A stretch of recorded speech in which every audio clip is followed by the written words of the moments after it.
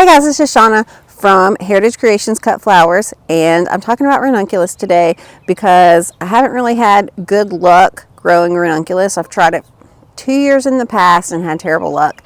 The first year I started in the hoop house and they grew really well, but then it got way too hot in the hoop house. So I dug them up and I put them outside. That didn't go very well. So the second year I grew them outside in a raised bed, and I don't think I watered them enough and I didn't really cover them enough. When it got really cold out here, that didn't go very well. I didn't hardly get any stems. They were super short. It was awful. Both times, that's what happened. So then I didn't grow any last year, and then this year I decided I'm going to try again. Kept them watered, kept them covered when it was going to go below anywhere like 29, and then double covered when it got really cold this year. And then when it started getting hot, I put a tall hoop over them, and then I've had them shaded on the top to keep the ground cool, hoping that I could elongate the stems. This year I have had luck, but not such great luck. My blooms aren't very big and my stems aren't very long. Sort of like, let me just show you. Here's a bloom, and then here's a stem. And this is actually a pretty good stem. I'm trying to find, well, I mean, it's more like 12 inches. My best stems are 12 inches. These, and then I tried this color right here, if I can get it out.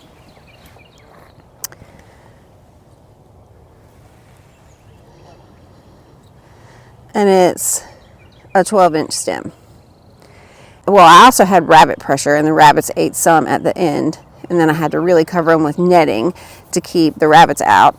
And then I put big tall hoops. I'll show you, they're over here. Put big tall hoops over them.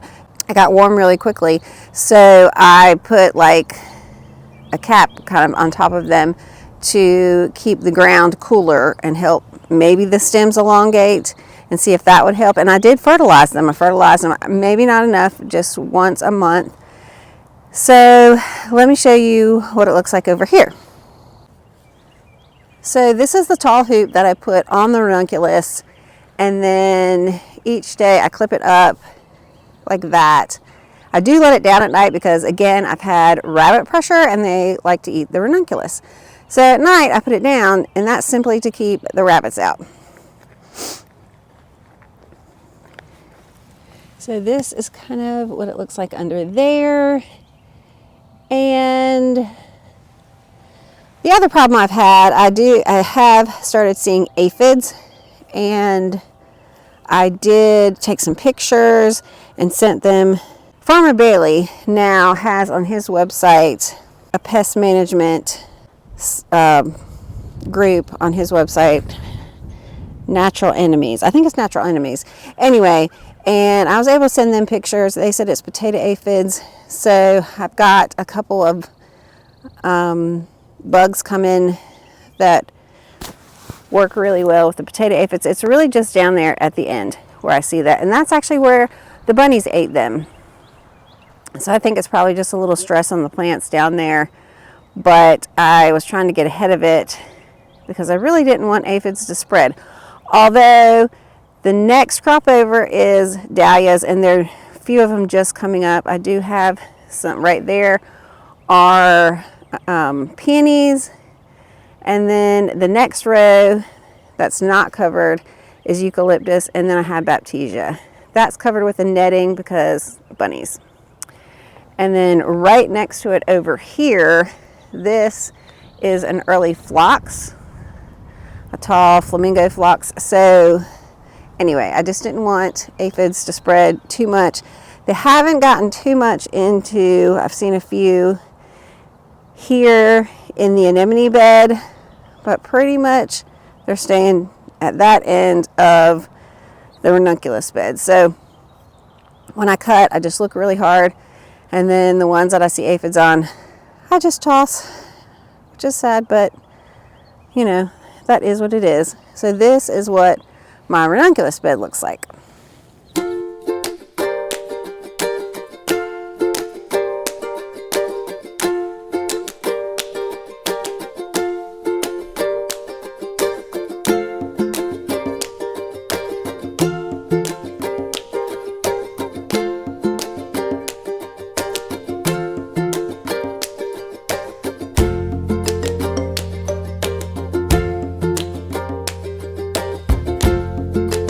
This is my harvest from this morning.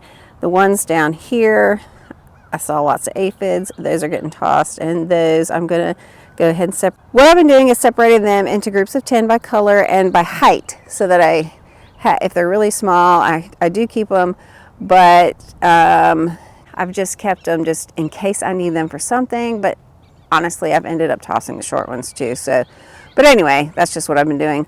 I've actually started putting the aphid ones in. I have a bokashi bin, and that's what I use for our food waste compost. And I've been putting the aphid ones in the bokashi bin, figuring that would really kill the aphids, and I wouldn't just be, you know, I don't know, propagating aphids all over the place. So anyway, so I am not sure that my growing environment is conducive for growing ranunculus. I do not have a tunnel, so there's that. And I know that they grow better in a tunnel. Especially this year, things warmed up super quick. We're just at April, what are we? April 9th. We're just April 9th, and we've had some 80-degree weather. And you know, warm weather shuts down the ranunculus. So I just don't know. And here's the thing.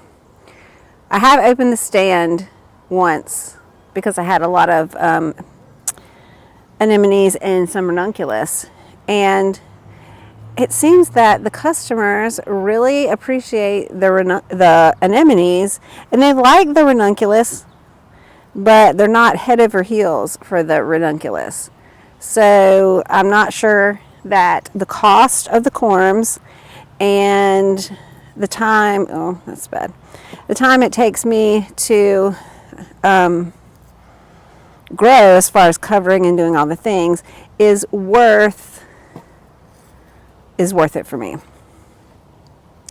So I don't know, this might be my last trial on ranunculus. But here's the thing, if any of you guys have any suggestions for ranunculus, I really would appreciate it if you think that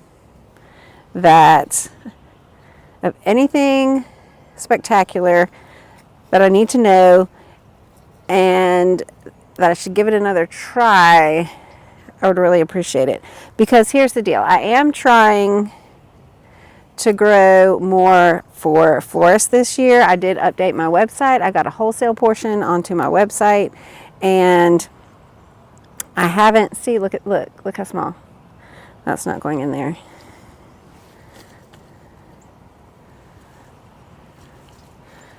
I'm just now trying to get the pink together, and then I'll figure out the length. And also trying to see if I see any aphids. And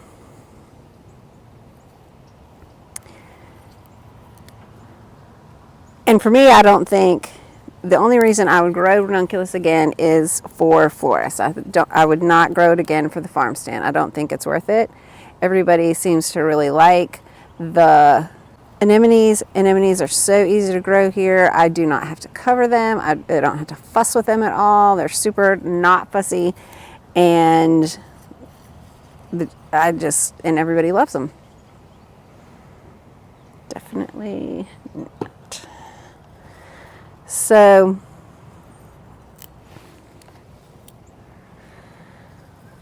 just let me know what you think, because I, at this point, don't have a clue, and I'm gonna need to order. Definitely ordering more anemones next year, but I don't know about Ranunculus. I did learn some stuff about aphids though when I sent pictures in, so that was really helpful. I would really highly suggest if you Natural Enemies, you can get on their website. You don't have to go through Farmer Bailey, and I think I can put, if I know how to do that, their website connection, their website link down in the comments, because I took pictures of the bottom, and there's this one little, like I knew I had aphids, but then I saw this other little thing on the bottom of this ranunculus, and I was like, what the heck is that?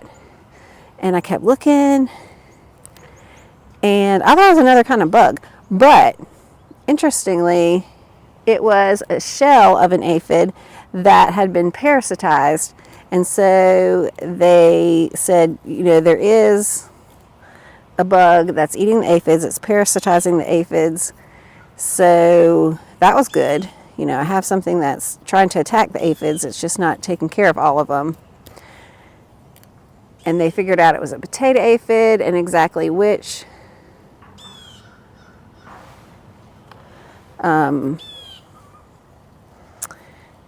they told me exactly which bug to use. Instead of, typically I just go on, I read through, you know, descriptions, and I just guess.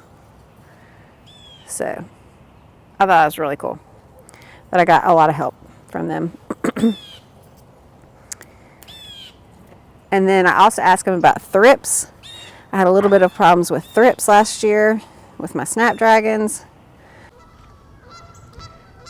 So if anyone has any tips or tricks on the ranunculus, I would greatly appreciate it if you left them in the comments. So that's all I have on ranunculus.